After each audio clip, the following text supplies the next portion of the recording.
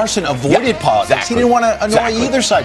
He was just wanted to be funny. A lesson. He also had huge ratings. A lesson could be learned from Jay Leno and Johnny Carson. You know, and to your younger viewers, Google Jay Leno and Johnny Carson and Joe Piscopo, actually. No, but yeah, it's true. It's true. Johnny would make jokes about both sides, but it was fun.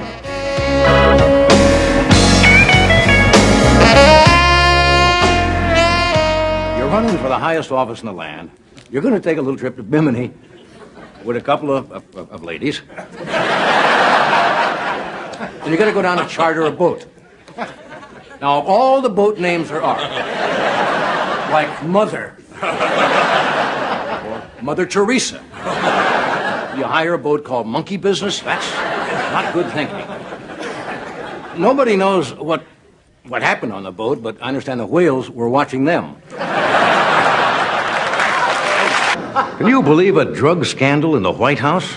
That's the only high the Carter administration has had in 18 months. In the 1990s, comedians start to go after scandals, private lives, sex, drinking, really subjects that were taboo. The 1990s political satire made late-night shows a place where people could expect to be entertained and hear the juicy stuff about politicians. He is so on the case. When I heard that thing about him on the phone to congressmen at 2:30 in the morning while Monica's blowing him and he's eating pizza, I was like, thank you, Mr. President.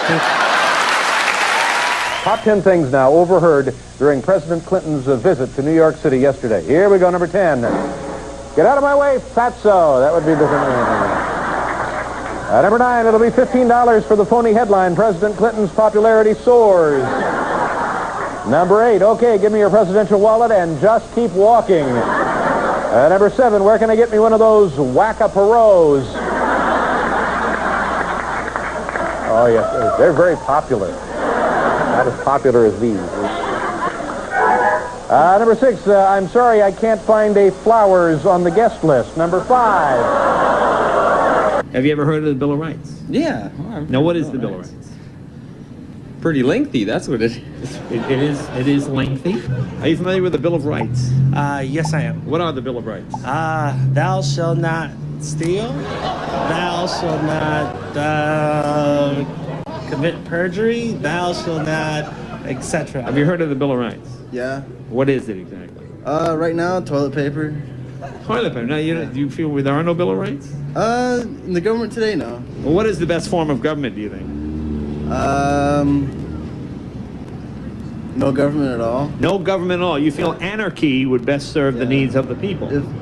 Like collective living. Collective living, what is that? Where everyone decides the rules. It's like an actual majority. Well, how about, let's say you got a group of people together and they wrote like a constitution. And in that constitution, they put a Bill of Rights, which would guarantee certain inalienable rights to all Americans. Does that sound like a good idea? Yeah.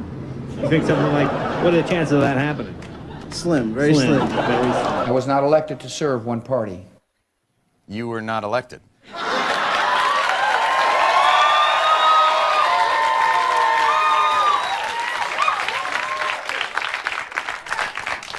I hit a nerve.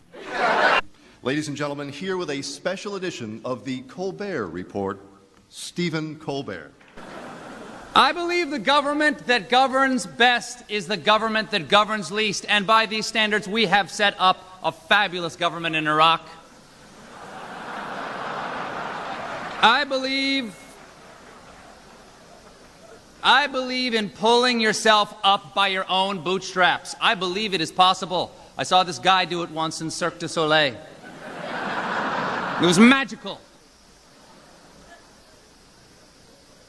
And though I am a committed Christian, I believe that everyone has the right to their own religion, be you Hindu, Jewish, or Muslim. I believe there are infinite paths to accepting Jesus Christ as your personal Savior.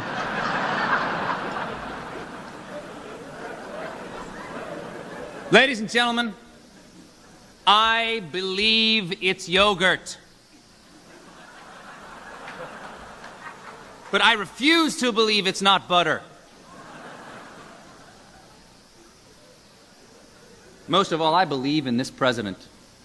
Now, I know there's some polls out there saying that that this man has a 32% approval rating. But guys like us, we don't pay attention to the polls. We know that polls are just a collection of statistics that reflect what people are thinking in reality. And reality has a well-known liberal bias. How you can say, like, I think you should be apolitical in this time, like you shouldn't be concerned about fire safety when the fucking drapes are going up. You know, it just doesn't make any sense to me. The fucking world is on fire. You know, the Constitution is on fire. Humor is observational. And when the goddamn government is crumbling and there's an idiot who is destroying the greatest democratic experiment in human history, and he's shitting all over it on a day-to-day basis. Humor is observational. You might observe that and say something about it. The Conan Show is not an overtly political show, never has been. It's become much more political because it's a much more political world. One White House official even said they tried to put Trump in a better mood by going over their implementation plans for the travel ban. Ooh, look at the shiny travel ban. Do you want a travel ban? Jokes riffing on headlines from Washington have helped make the Late Show's Stephen Colbert the new king of comedy. The CBS host now has the #1 show in late night television. His predecessor at The Late Show, that's David Letterman, urged comedians to take on President Trump. In a new interview with New York Magazine, Letterman said, quote, "I'm tired of people being bewildered about everything that he says." He goes on to say that comedy is one of the ways that we can protect ourselves. Vladimir Dudier of our streaming network, CBSN, is inside New York's Ed Sullivan Theater with how late-night comics are benefiting from presidential punchlines. Vlad, good morning. Good morning. Call it the Trump effect in late-night TV. Stephen Colbert has been relentlessly skewering President Trump from this set, and now his audience is his largest since taking over CBS's Late Show. The president has also proven to be comedy gold for other hosts, and their ratings have also surged. Big news today out of the Kremlin. I'm sorry, I misread that. White House. Stephen Colbert drew 3.6 million nightly viewers during February's sweeps, beating the longtime leader, NBC's Tonight Show. Over on TBS, the short, sharp shock of a Trump presidency has sparked a new American fitness craze. Walking slowly while lifting a 1-pound weight. Samantha Bee has nearly doubled her viewership among 18 to 49-year-olds. Then, in the middle of the day, Hurricane Trump happened again. Trevor Noah had his best month ever on The Daily Show, watched by about 1.5 million people a night in February. Welcome to this week's edition of He Did What? Ratings have also reportedly been climbing for two HBO hosts, Bill Maher and John Oliver. It's a bit weird that you've been objectively nicer to Vladimir Putin than you have to Meryl Streep. Los Angeles Times media writer Stephen Battaglio says jittery audiences are flocking to the hosts with the most pointed things to say. The shows that are doing well are the ones that are the most political. So they're really on message, and the message is we have no idea what we're doing. They go after the president from the first minute of the show. According to Battaglio, can I mess your hair up? Jimmy Fallon, who has not been as critical of the president, is down 18% in the last year. David Letterman often had Mr. Trump as a guest on his show. Ties are made in China. In an interview, he said he would have treated Trump differently than Fallon. Quote, "I can only tell you what I would have done in that situation. I would have gone to work on Trump." Obamacare is a disaster, and I actually do have a replacement plan, okay? Saturday Night Live has been especially hard on the president. It's called the Affordable Care Act. Prompting him to call it, quote, unwatchable. Bad boys, what you gonna do? But its February 11th show, lampooning Mr. Trump and his top aides, I'm not going to be ignored.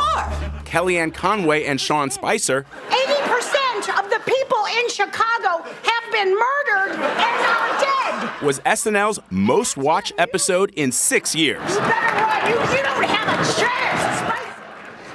Now, conservatives will say that these shows have a liberal bias because of their treatment of President Trump and in the past, President George W. Bush. But, Nora, remember this. They love to ridicule Bill and Hillary Clinton as well. And after all, they're Democrats. You think they're doing their job well? Well, I agree with some things and disagree with others. When they give me a choice between a $53 billion deficit in the budget and an $80 billion deficit, when budget deficits are what's causing inflation, I don't see that there's any room to be on either side of that argument. Yeah, I think the answer to curing inflation is a balanced budget. Now, how do you do that? I mean, it's not, how do you balance the budget? Well, balancing the budget is like protecting You don't your spend more than you take in, right? It's like protecting your virtue. You have to learn to say no.